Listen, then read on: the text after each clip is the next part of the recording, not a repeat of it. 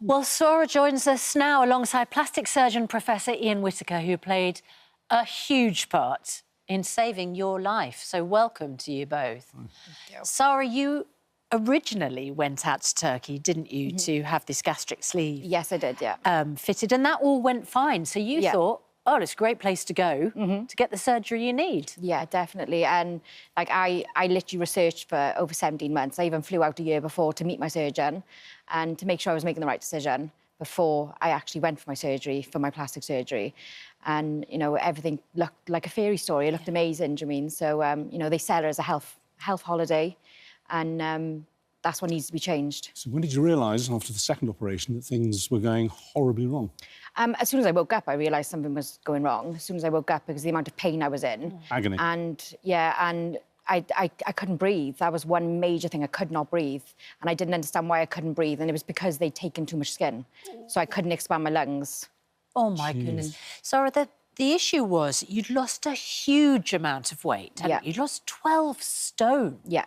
I mean, that is a colossal amount of weight.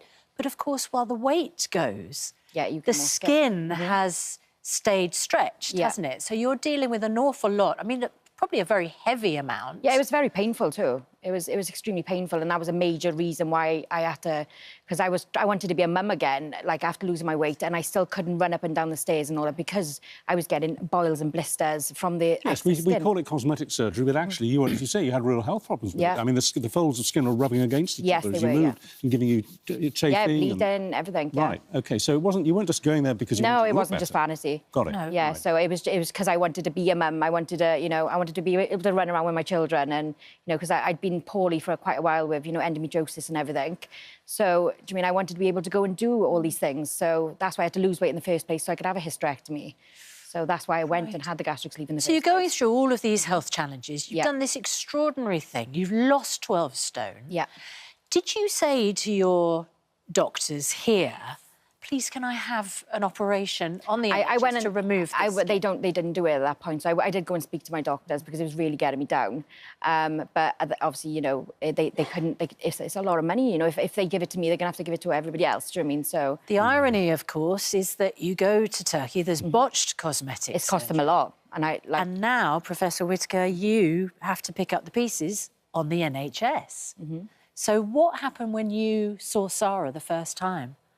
So first of all, thank you for having us on here to, you know, assess, you know, public awareness. It's a really important issue. When I first saw the photos, which was a referral, I'd never seen anything like it in 20 years as a surgeon. Really? Yeah, there was lots of obvious, you know, skin death, skin necrosis, infection. So we had to get an ambulance to bring her straight into. This was an emergency. Yeah, exactly. This was an absolute emergency. And then when she came in, she needed almost immediate surgery. She had sepsis and significant areas of skin loss. Was she in danger of dying? Oh, there was a definite chance of dying. When you have advanced infection with a large area of, you know, tissue which has lost its blood supply, yes, it's life-threatening. And it was a big team effort by the NHS and myself and the plastic surgery team that, you know, did an immediate operation, and then there were sequential operations, you know, over quite a prolonged period. You were in hospital for weeks, weren't you, at first? 9 weeks in total I was in hospital. And how many operations on the NHS has Sara had? 10 operations, culminating in a recent one where I managed to remove lots of the skin-grafted tissue and bring the skin back together, which has at least given her, you know, more peace of mind, improved quality of life. How had the surgeons in Turkey managed to get it so wrong, and also take a lot of skin from you that you hadn't authorised them to take? Yeah. While you were out under the anaesthetic, they took a lot more than they should have done. What happened? So I think it's important to say there are some good surgeons in Turkey, but if something's too good to be true cost-wise, then it generally is. And I think the operation was too long. It was over 13 hours, which we know is relatively unsafe. She needed blood transfusions, you know, several bags of blood, and I've never transfused any in my patients in 20 years of practice. So all these are indicators that it wasn't a well thought out procedure. She had multiple procedures at the same time, which we know increases the risk of complications. There's complications in any surgery, but as a surgeon, you base your experience and knowledge on what is safe to do at that current time. Why isn't this operation for excess skin, when it's the amount of excess skin that Sara was literally suffering with. Yep. You were having boils and sores, which were seeping and smelling, weren't they? And presumably an infection risk in themselves. Yeah. Why is that operation not available on the NHS? It's a good question. I think that there has to be some form of healthcare rationing. And we see a big, burden with traumas and cancers which need to be treated in a certain amount of time. Yeah. So, the government and medics as a group have to have, some form of prioritisation. Your writ doesn't run in Turkey, but for people watching this now, and there may well be somebody who thinks that they need some skin removed, and they may well be planning to go to Turkey. What can they possibly do if they're driven to do it and they can't get the surgery here to ensure that they're not treated like she was? There's nothing they can do. It's literally it's like Russian roulette. You don't know. Because you did all your research. Yeah, I did all my research, and I still was rotting in a hotel room for 28 days. I was the smell of rotten flesh. Literally, it surrounds me every day.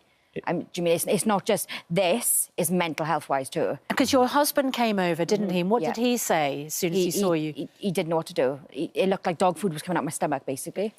I'm going to tell you the truth. That's what it looked. That's what I looked like. I looked like a jigsaw puzzle. And that's the reality, because you don't know. You do not know. You were warned before you went. Yeah, my sister warned me. And what did she say? She begged me not to go. And I wish I listened to her. Upsets me because she literally begged me not to go.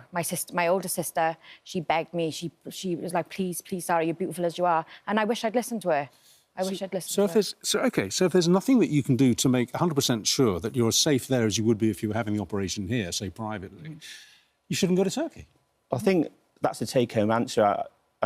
We're really impressed as a group of surgeons that the health minister's taken it so seriously to make a statement to say, to deter people from travelling abroad for surgery. We're streeting. Yes. He's made a recent statement, which we really appreciate as a group. He's taken it very seriously. The government taking it seriously. You can't protect yourself. As I say, there are some good surgeons and there's some good facilities, but the quality assurance isn't there. The level of training and the level of facility is not there. And just to roll the whole thing back, I mean, we tend to think that an operation to remove skin can't be that big a deal because it's on the surface. It's only skin. But skin is an organ, isn't it? That's exactly correct, Richard. It's a really important point. They use the word cosmetic and think it's minor. It's not. They can take a long amount of time in theatre. Lots can be removed. There's a high complication risk of infections and skin death. Sara, you are upset, clearly, that you ignored what your sister said to you, and what you've been through is really, really traumatic for you, I know. What would you say to the many people who cannot get the operation they want here, who are thinking about going abroad? It's not worth it. Love yourself as you are. It's not worth it. Like, I got operated on when I was awake too. That was another major thing. Do you mean? And the trauma I've got from that will forever be with me. It's not worth it. Do you mean my children could be visiting my grave right now? Yeah. And that's what people need to realise. It's not safe and it's really not worth it. Did you get your money back? No, I'm in the middle of a court lawsuit. Yeah. Look, we really appreciate you coming in. Thank you. I really appreciate it's such an important message. And Professor, thank you very much indeed to you as well for the work you do. The company Sara used to book her surgery in Turkey told us all her accusations are not true. And we deny all of them, insisting it put her in contact with qualified health providers. Well... That's come as a surprise, doesn't it? It's laughable, sorry. Some forged pictures there, then. Oh, yeah, literally. It's laughable, so... Well, we have to allow them their right to reply. Yeah, no, that's fine. So that's what we do. Look, if you've been affected, if you're thinking of going for this kind of surgery, any surgery to Turkey, you might want to find advice and support at the itv.com/helplines. It's all there for you, but your warning is, as you say, that's the takeaway. However tempting it is, don't do it. Love yourself as you are. Yeah.